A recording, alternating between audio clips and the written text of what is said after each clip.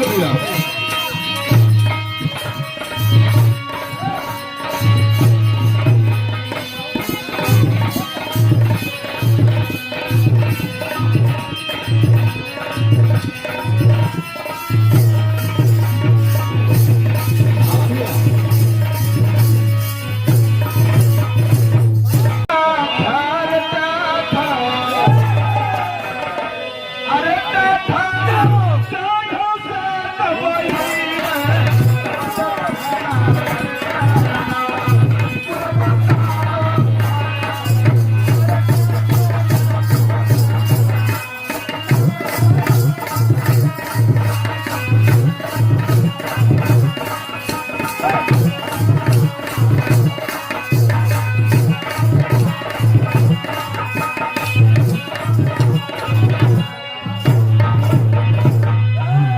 लेकिन गाना के लाइन में कवि जी यही बात बतौना,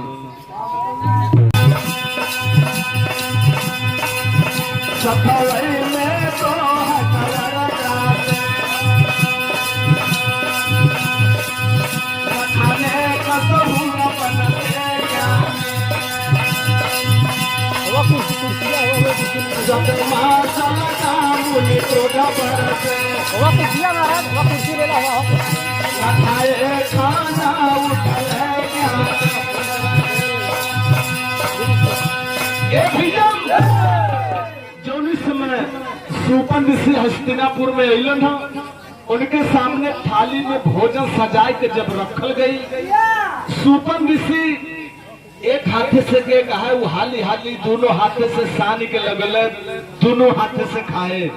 जब दोनों हाथे से खाए लगल वो समय द्रौपदी बगल खिड़की से खड़ी होके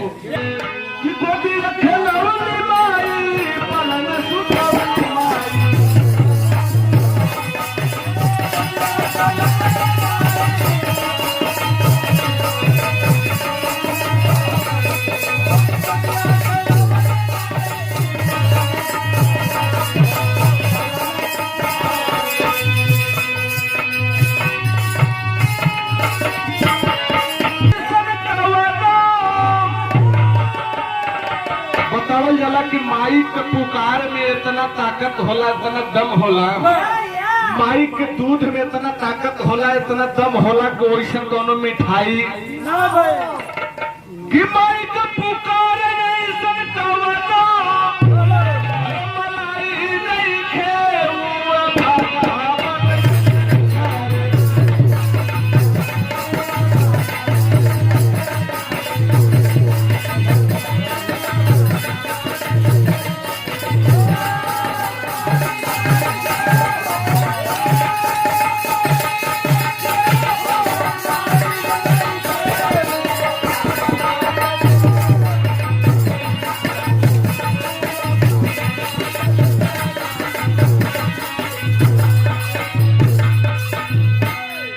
पिछलापुर को जात हुआ ने तर्ज बोले कहले ना।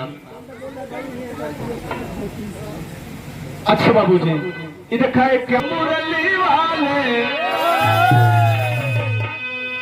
अरे थारे हो मुरली वाले गगरिया घर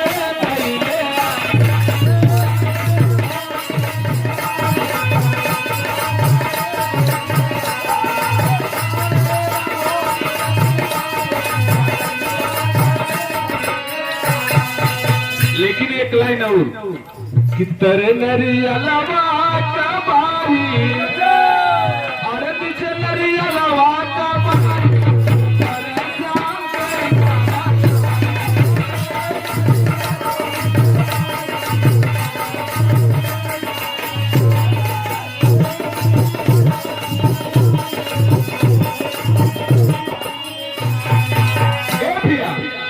लेकिन गाना के लाइन में कवि जी यही बात बतौल, सुपन ऋषि अले उनके सामने भोजन आ गए, जौन समय भोजन करे बैठल तो हाली हाली दोनों हाथे से सानत हुवन और दोनों हाथे उठा उठा के खात हुवन। अरे भैया द्रौपदी खिड़की से बगले से खड़ी होकर लखत है कि इतना जने अले खैले लेकिन ये घंटा ना बजल, देखी तनी कैसन मनई आल हुवन कि इनके खैले से वो घंटा बज जाए।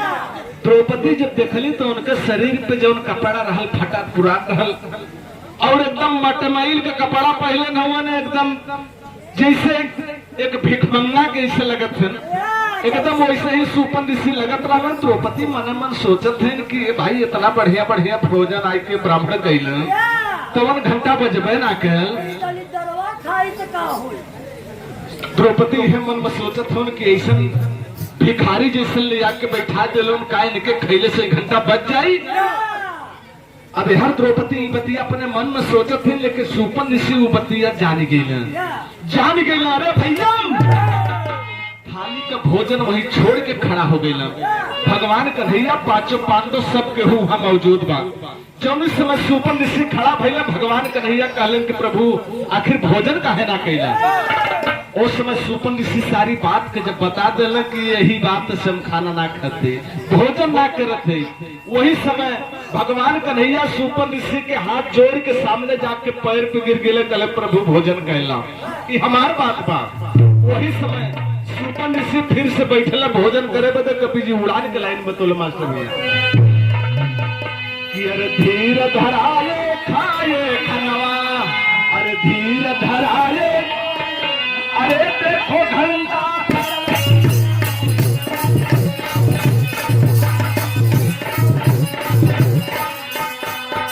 अब फिर चक्कर उड़ाए समा,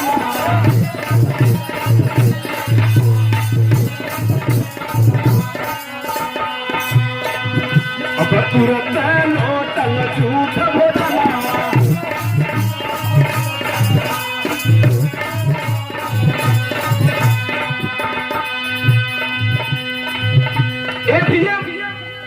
ब्रह्मादड़िया भोजन कैल वो समय घंटा बजे लगल।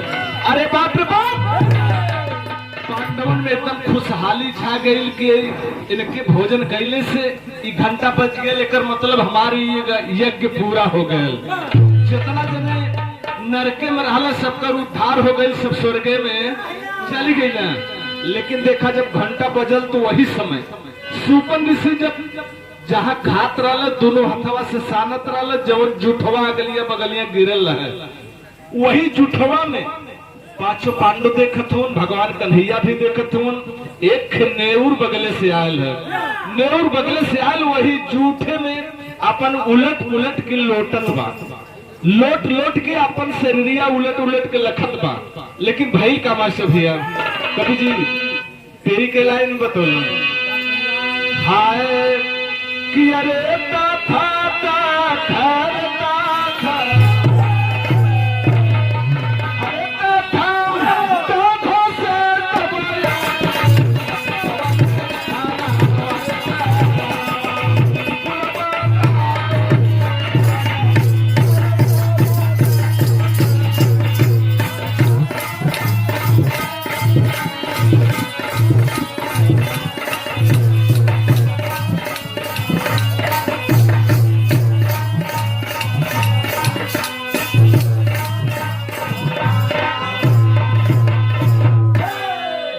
बाबूजी। लेकिन वही समय नेउरा जब देखले कि हमार शरीर जैसे पहले रहा वैसे आज भी बा, भगवान कन्हैया के सामने जाके कहले कि हे प्रभु अब ही यज्ञ पूरा ना भइल बा।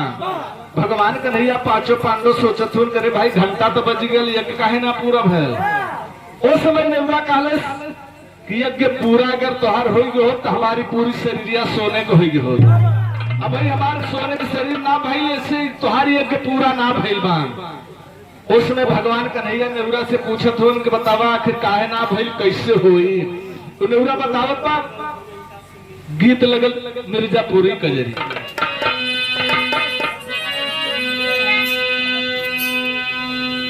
हाय कि सखी श्याम नाही आय मधुबाला,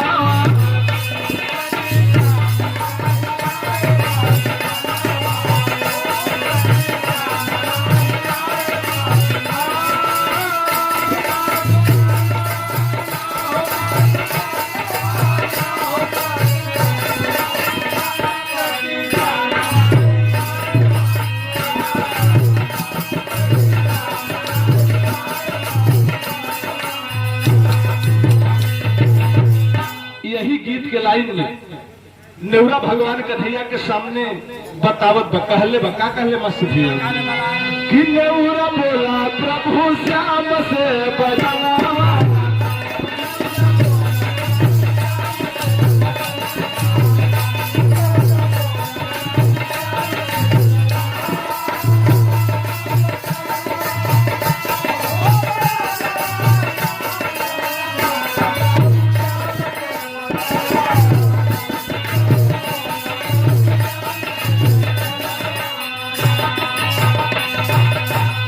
नेवरा भगवान कन्हैया के सामने बतावत पर कहले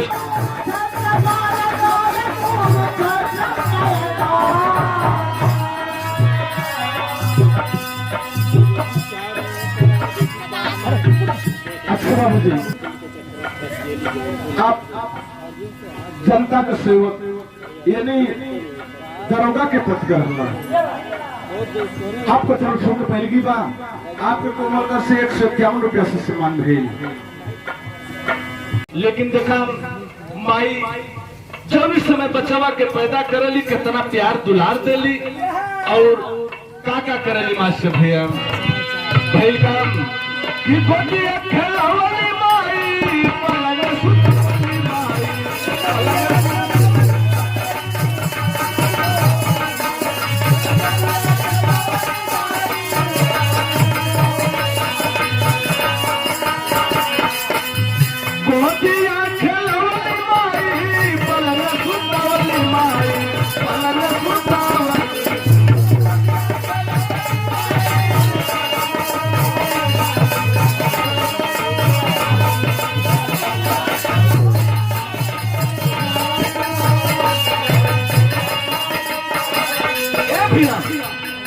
हम होखी चाहे आप होखा जौन समय छोट छोट रहला मातारी इतना प्यार दुलार देली कौन के मीच के दूध पिया के खटिया पे सुतावली लेकिन बगले कजरे के टीका लगा देली कि हमारे बचवा के नजर ना लगे यानी हर ढंग से मतारी अपने बचवा के बचावे के कोशिश करे ले लेकिन देखा भैल का कैसे भाई किया धसो न कर हमारे कुरुक्षेत्र के मझार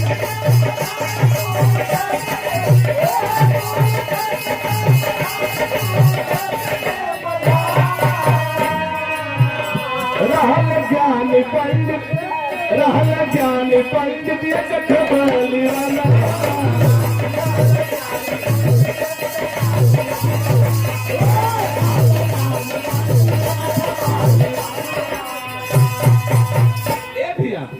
नेवरा कॉलेज जहाँ कुरुक्षेत्र के मैदान बोले जहाँ लड़ाई भई वही जगह पे ब्राह्मण के घर रहल वो ब्राह्मण के घरे में 5 प्राणी रहलन 4 प्राणी यानी 4 प्राणी रहलन उस समय बड़ी गरीबी हालत रहा जैसे कि ये समय देखत हुआ अपने जौनपुर में लोग पानी बदे तरसत हो न धान होवे चाहत बा न जोनहरी होवे चाहत बा ऐसे ही वही समय सूखा पड़ल है लोग एक एक दाना बदे परेशान रहलन लेकिन वही समय के बाद तो ब्राह्मण देवता कहीं से भीख मांग के ले आवे शाम की 1 रोटी के टुकड़ा बने या सतुआ बने तुरंत से थोड़ा थोड़ा जितना सदस्य रहल सबके हो अपन भोजन करे लेकिन देखा उस समय के बाद कभी जी बतौला काम रहल ज्ञान पंडित देखत बली वाला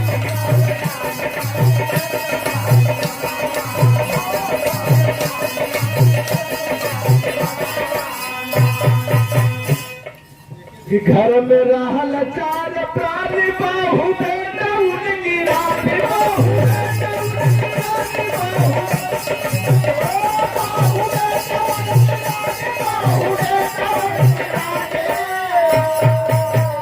कि मांग के लिया सतु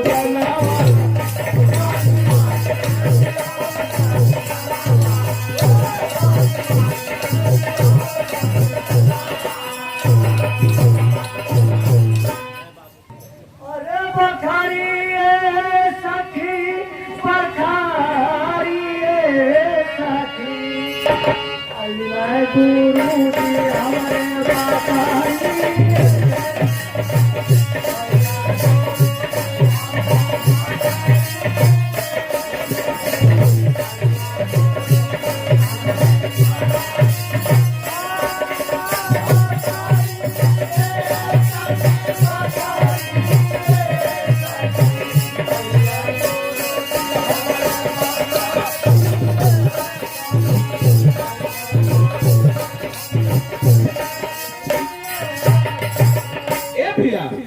वही समय नेवरा बतावत बा कि ब्राह्मण देवता कहीं से थोड़ा सत्तू मांग के ले लो।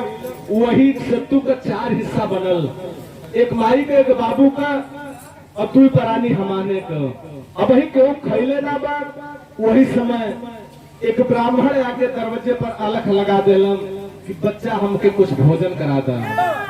वही समय एक जने यानी बाबूजी अपन हिस्सा देले, वो खाए गए तो कहला बचवा और कुछ ले आके दा। माई अपन हिस्सा देली, ऐसे ही 4 जने का हिस्सा वो खाई गए। लेकिन जौन इस समय खैले, जौन उनके खैले पे झूठ गिरल है, वही झूठे में हम लोटल लाली कि हमारी शरीर आधी सोना का भइल बा। यानी 1 किलो सत्तू का खाली कीमत रहल, 1 किलो सत्तू की कीमत रहल, जौन झूठे में हम लोटली कि हमारा शरीर आधा सोना का हो गई। और तू इतना बड़ा यज्ञ गईला, इतना ब्राह्मण खिला, लेकिन हमार पूरा शरीर सोना का ना भइल। लेकिन यही से कवि जी आखिरी लाइन थोड़ा से गाना छोड़ देते, बहुत समय हो गए, छोड़ के आखिरी छाप दे देते। हाय कि अरे ज्ञानी ज्ञानी हो ज्ञानी, अरे ज्ञानी